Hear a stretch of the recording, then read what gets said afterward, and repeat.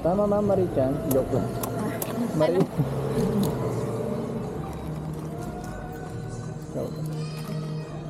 Kuya, pwede bang tabihan natin yung kasama ko dun? Ayun, no?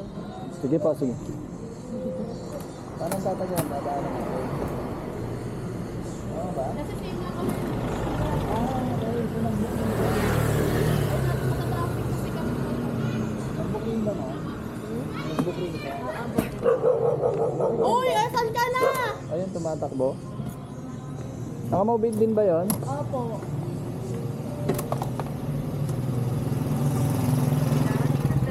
Dalawang minuto sa ganap na 7:59 PM. Ang rutang ito ay walang bayad. Ito si Mugit. Tama ba? Ay, wow! Nagbablog ka, kuya? Ay, oo nga pala. Sorry. Okay lang ba?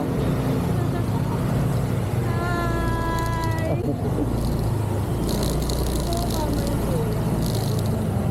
Liko sa kaliwa papunta sa Elmapang Avenue. Nasaan ba ito, ma'am? Wala pa yung booking niya. Ayun na yun. Asa yung booking niya? Ayun. So, tama dyan. Actually, dito ang daan natin. Sanaya, picture!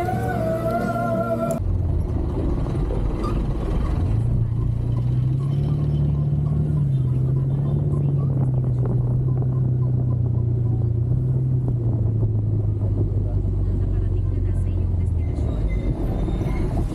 Naunahan tayo ng Aerox. Naka-aero kasi si kuya eh.